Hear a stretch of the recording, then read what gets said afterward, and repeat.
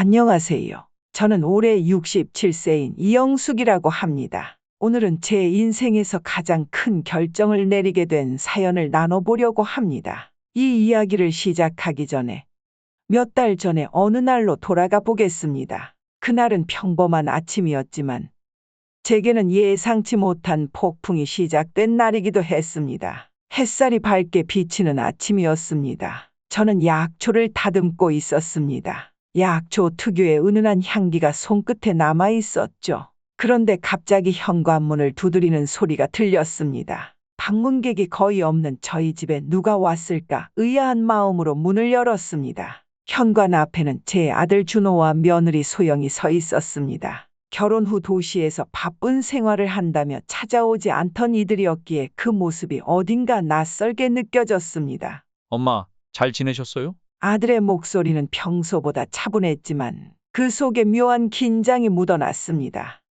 갑자기 웬일이니? 무슨 일이 있니? 저는 반가움과 의아함이 섞인 표정으로 그들을 맞이했습니다. 거실에 앉아 차를 내오며 대화를 나누는 동안 며느리 소영이 본격적으로 이야기를 꺼냈습니다. 어머니, 요즘 많이 힘드시죠?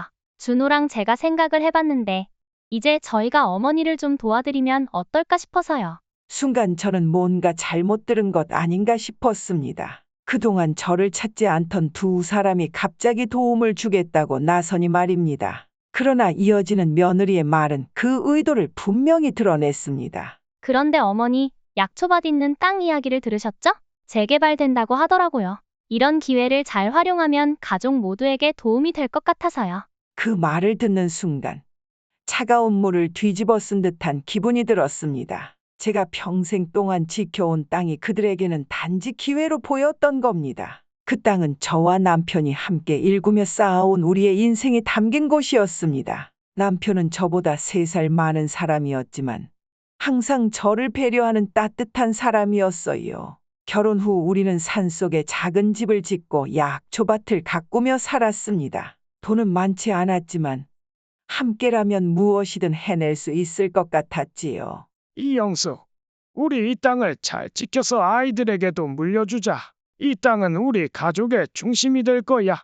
남편은 늘 그렇게 말했습니다. 아이들이 태어나고 그들이 약초밭에서 뛰어놀며 웃던 모습은 제가 가장 사랑하는 추억이 되었습니다. 하지만 남편은 그 땅을 떠나야 했습니다. 산에서 약초를 캐다가 사고를 당한 날 그는 돌아오지 못했습니다. 저는 슬퍼할 겨를도 없이 어린아이들을 보며 마음을 다잡아야 했습니다. 남편의 빈자리를 느끼며도 약초밭을 가꾸고 시장에 나가 물건을 팔았습니다. 그 땅은 단순한 밭이 아니라 남편과의 약속이 담긴 곳이었습니다. 며느리 소영은 상냥한 미소를 지으며 말을 이어갔습니다. 어머니, 요즘은 땅값이 이렇게 오른다는 게 흔치 않은 일이에요. 어머니 혼자 관리하시기엔 너무 힘드실 것 같아서요. 저희가 나서서 도와드리면 좋을 것 같아요. 저는 차를 내려놓으며 말했습니다. 미안하지만 그 땅은 그렇게 할 수 없는 곳이야. 내 아버지와의 약속이 있거든.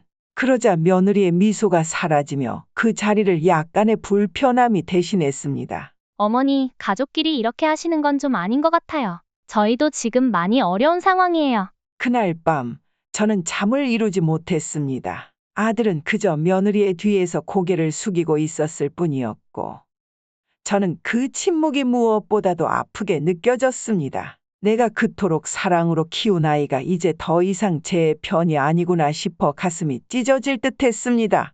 며칠 후 딸 수연이 전화를 걸어왔습니다. 딸은 서울에서 직장 생활을 하며 늘 바쁜 나날을 보내고 있었지만 제게 자주 안부를 묻곤 했습니다. 엄마, 목소리가 좀 안 좋으신데 무슨 일 있어요? 처음엔 걱정 끼치기 싫어서 괜찮다고 했지만 결국 모든 것을 털어놓았습니다. 엄마, 걱정 마세요.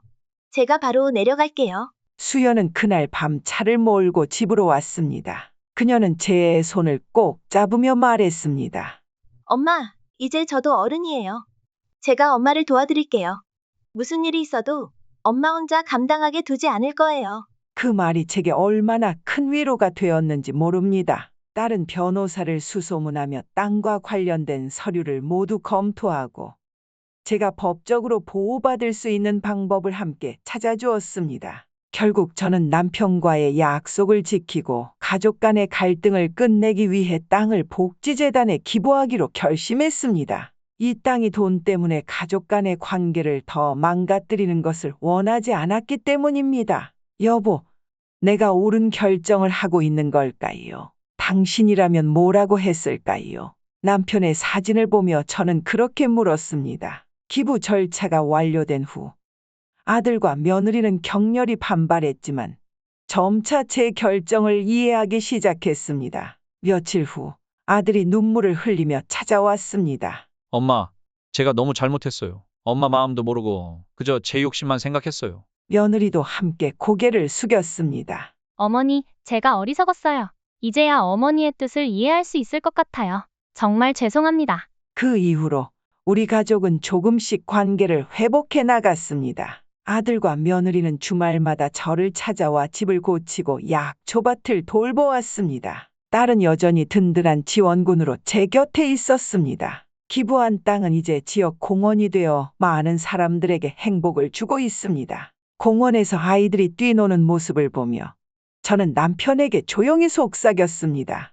여보, 우리가 꿈꾸던 모습이 이제야 완성된 것 같아요.